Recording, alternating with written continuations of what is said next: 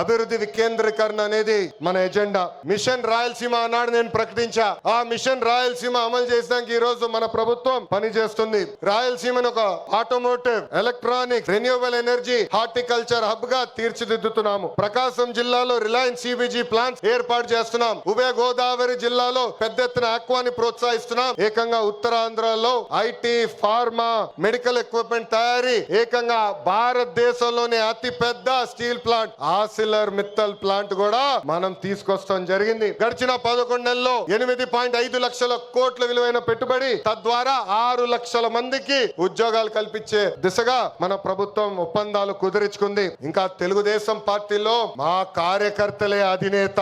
దేశంలో ఏ పార్టీ ఇవ్వని గౌరవం తెలుగుదేశం పార్టీ కార్యకర్తలకి ఇస్తుంది. దేశంలో ఏ పార్టీకి 1 కోటి మంది సభ్యులు లేరు. అదే మన పసుపు జెండా పవర్, అదే ఈ పసుపు సైన్యం పవర్. సభ్యత్వంలో కూడా ఎవరు మన రికార్డు బద్దలగొట్టే పరిస్థితుల్లో లేరు.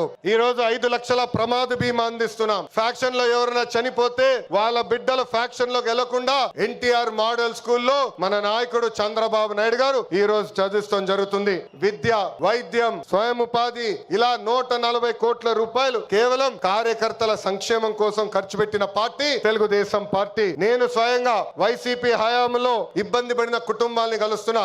ఒక్కొక్కరిని కలిసి వాళ్ళకైనా సమస్యలు ఉంటే మేము పరిష్కరిస్తున్నాం. అంతేకాదు మన అధినేత చంద్రబాబు నాయుడు గారు గాని నేను జిల్లాకు వచ్చినప్పుడు ప్రభుత్వ కార్యక్రమానికి వెళ్లే ముందల ఆనాడు మేము ఇచ్చిన హామీ మేరకు ముందల ఉత్తమ కార్యకర్తలు కలిసిన తర్వాతనే ప్రభుత్వ కార్యక్రమాలకి మేము వెళ్తాం జరుగుతుంది. నేను సీనియర్ని, జూనియర్ని సమానం గౌరవిస్తా, కానీ పనిచేసే వాళ్ళని ప్రోత్సహిస్తా. ప్రతి కార్యక్రమంలో కార్యకర్తలు భాగస్వామ్యం అవ్వాలి, కలిసికట్టుగా పనిచేయాలి. మన చేస్తున్న సంక్షేమ అభివృద్ధి కార్యక్రమాలు ప్రజల్లోకి తీసుకురావాల్సిన అవసరం చాలా చాలా ఉంది. ఇక్కడున్న ఎంతో మంది మన అధ్యక్షుడు వారు చంద్రబాబు నాయుడు గారిని కలిశారు, నన్ను కూడా కలిశారు. పాదయాత్రలో లక్షలాది మంది నాతో ఏకంగా ఫోటోలు దిగారు. ఈ సభాముఖంగా వైకాపా కార్యకర్తలు ఆలోచించమంటున్నా, ఏనాడైనా మీ నాయకుడు మిమ్మల్ని కలిశాడా? ఏనాడైనా మీ నాయకుడు మీతో ఫోటో దిగారా? అధికారంలో ఎందుకో ఇప్పుడు ప్రతిపక్షంలో కూడా తాడేపల్లి కొంపకెళ్తే no entry, palace doors closed అని చెప్పే పరిస్థితికి వచ్చారు.